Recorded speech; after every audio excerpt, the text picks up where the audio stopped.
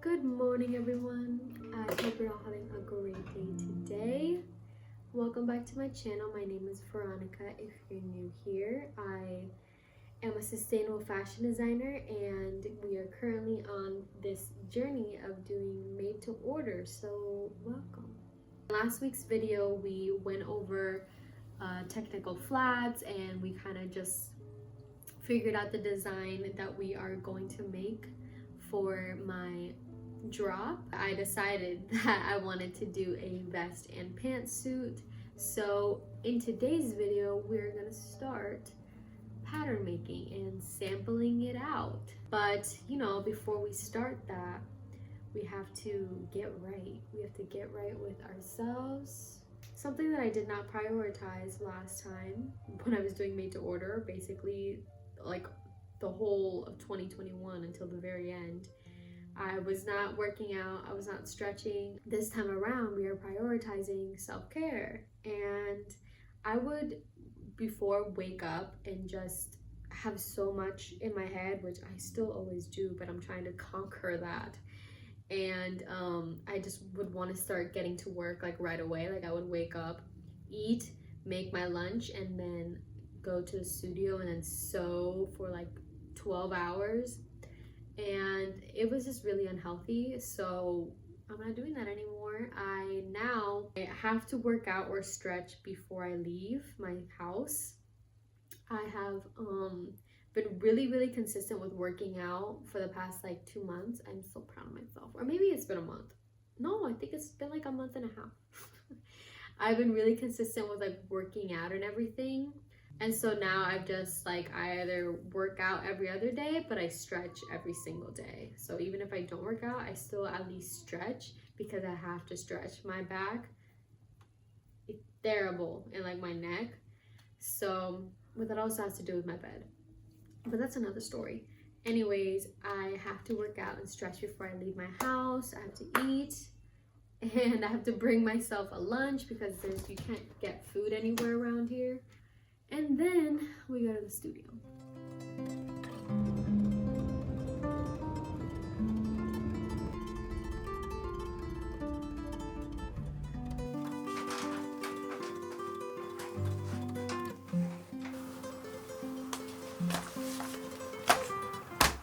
Okay, so we have arrived to the studio and we're ready to start pattern making. Alright, so I have here my basic block patterns.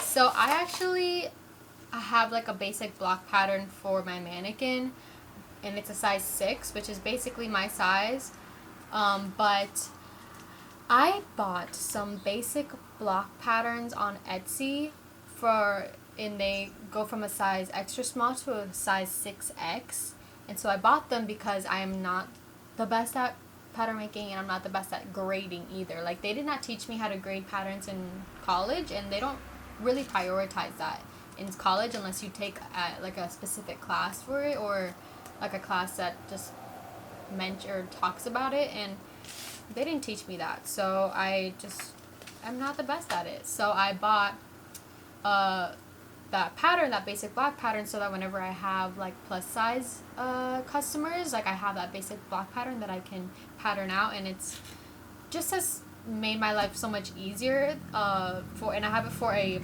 basic top with sleeves and a pants pattern. So here I have the pants and the shirt patterns printed out. And what I really like about this pattern, I will link it down below if you guys want it. You open it up on Adobe Acrobat Reader, and you actually, like, because there's layers for each size, you can actually pick the layer that has like your size, like a size small, and you can just print out that size. You don't have to print out every single size and then cut it out like regular patterns you do. Or maybe there are some online ones you have to do that, but that one's the only one that I've seen that you can like select which size, which I like because it kind of saves paper. It still, uses a lot of paper though. That's one thing. Like I don't always print these out. This is I printed out the size small so I can make a sample so I can fit it on myself. And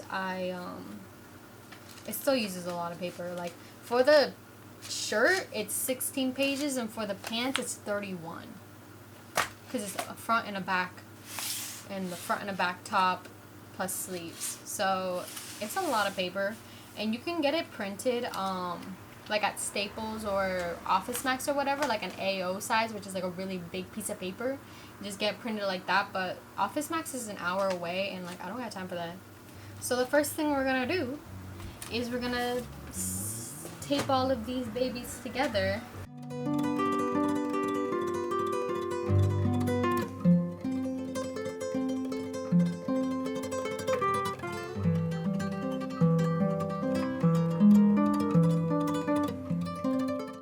Alright, so we have our pieces done. I'm gonna get some pattern paper now. We're gonna start our process of draping the vest. That wasn't smooth. Okay, so I brought the two vests that I like, so I can kind of use them as a reference and decide. So this one has the princess seams here, and this one doesn't. No seams, just straight, no darts or anything. Has back darts, and this one has both princess seams. Oh wait, it doesn't have it in the back? Oh, that would simplify my life. Even though I patterned, like on my flat sketch, I did them in the back too. You don't even need them in the back. I don't even know why I added them to the back. I'm going to work with the pattern, the front pattern first. I also have my Designing Apparel Through the Flat Pattern book. This was my grandma's or great-grandma's, and then my mom's, and then she gave it to me. I like to have it with me so I can refer to it if I forget how to do something. I also refer to YouTube a lot. I already knew that I was going to have to do this. I have to close up this bust dart, and we're going to be working with just this dart. And we're basically going to eliminate the dart also to make it into one seam. Okay, so I've started off by tracing out my pattern from right above this dart all the way around up to this dart. Well, you could do from the beginning of this dart right here, because we're going to do the slash and spread method. So this is dart manipulation, and we're trying to get rid of this dart to add it onto this dart to make this dart bigger. There's many ways that you could do this. Sometimes you have your dart here, or you can have it here, and you can manipulate it to be here. It's a whole process, dart manipulation, and I will link a video that I usually refer to whenever I forget what I'm doing. And that is a really great example of dart manipulation. So for this method, I need to find my apex, which your apex is basically the highest point of your bust, so like your nipple. So I'm going to align my ruler with the center of this dart and just keep dragging it out, and then align with this center of this dart and drag that out. And so where they intersect right here is your apex, and I have put it up against me to check if it is, and it is. It could be different for everyone, but you know, typically that is your highest point of your bust. So that means now that we're going to do slash and spreading. So I need to cut this line right here up to the apex.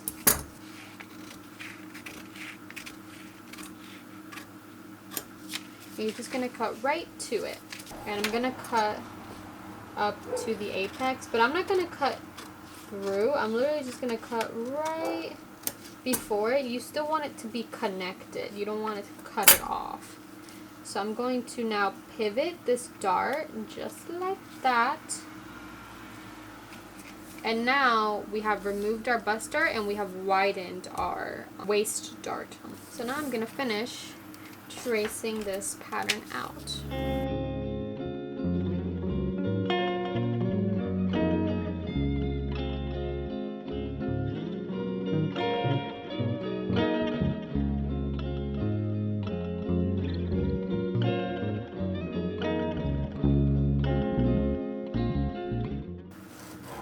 Because now these are two separate patterns right here. So this is one pattern and this is the second pattern. This little section here does not exist anymore. This is no longer a dart. These are two separate pattern pieces and now they line up at this seam, so they connect together here.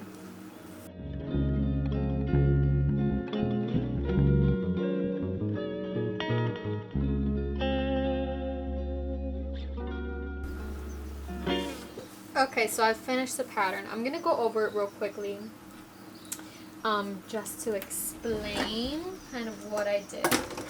After I separated the two pieces, I then went around and adjusted everything to make it look more like a vest. So this was the original armhole. I went in 1/2 inch here so that it wasn't like it was just more tapered in, because I don't want like a really long arm or shoulder seam.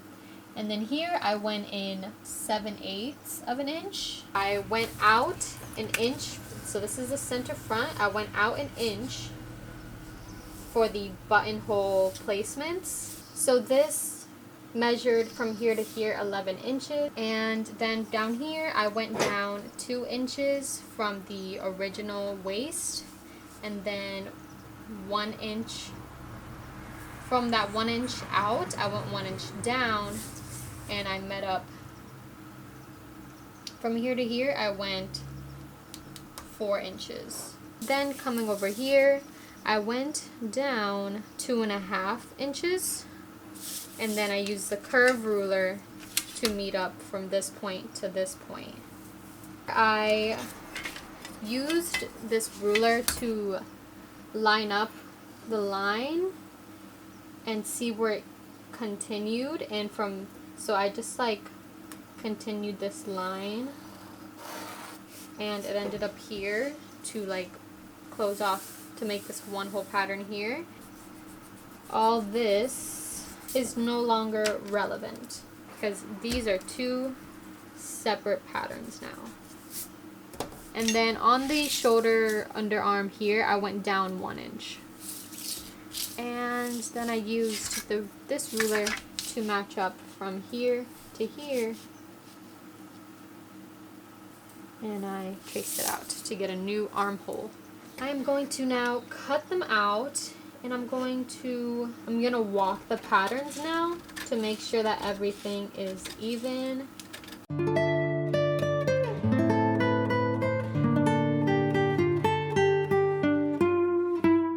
Okay, so when I did that, this does not meet up. Redraw this line here. I knew that was gonna happen, like I knew it was gonna be uneven, but she was real uneven.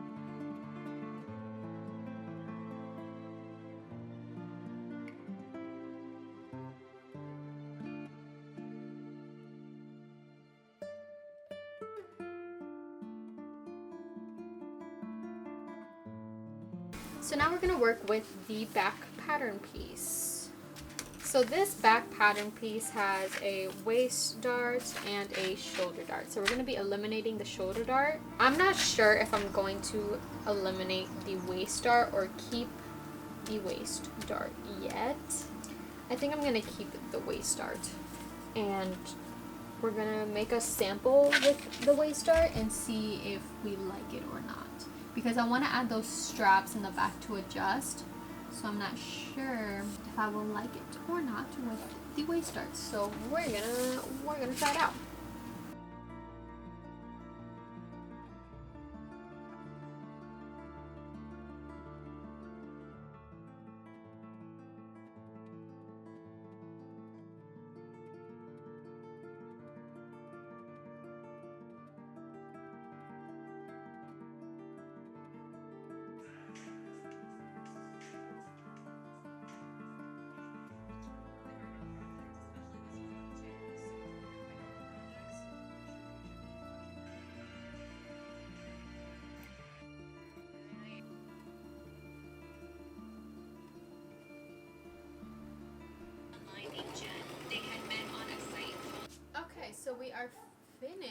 with sewing the vest. It looks good, so I have some adjustments to make. It's a little bit too close to my arm here. Like I want it to go in a little bit, like it kind of just like rubs up against my shoulders. So I want it tapered in a little bit. So I'm going to go in with a Sharpie, like a 1/2 inch.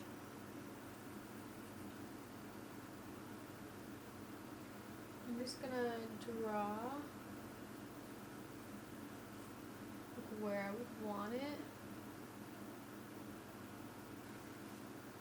And I've probably taken a little bit at the shoulder just to like even it.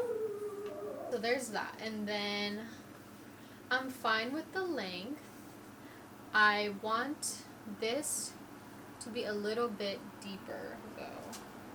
Like I think I would like it. Or to be maybe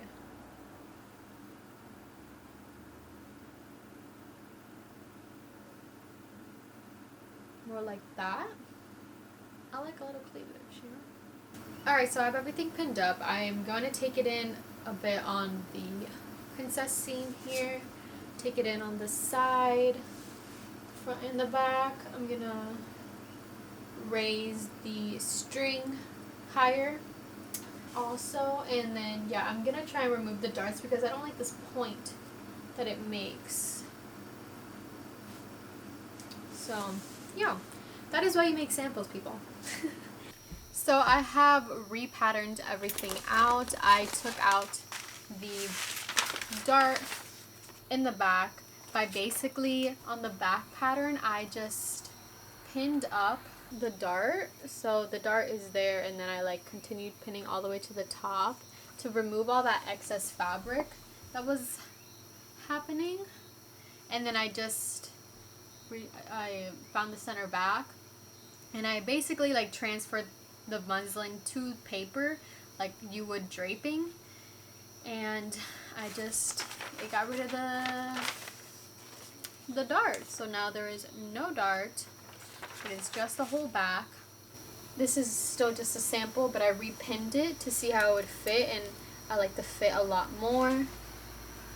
So it's going good.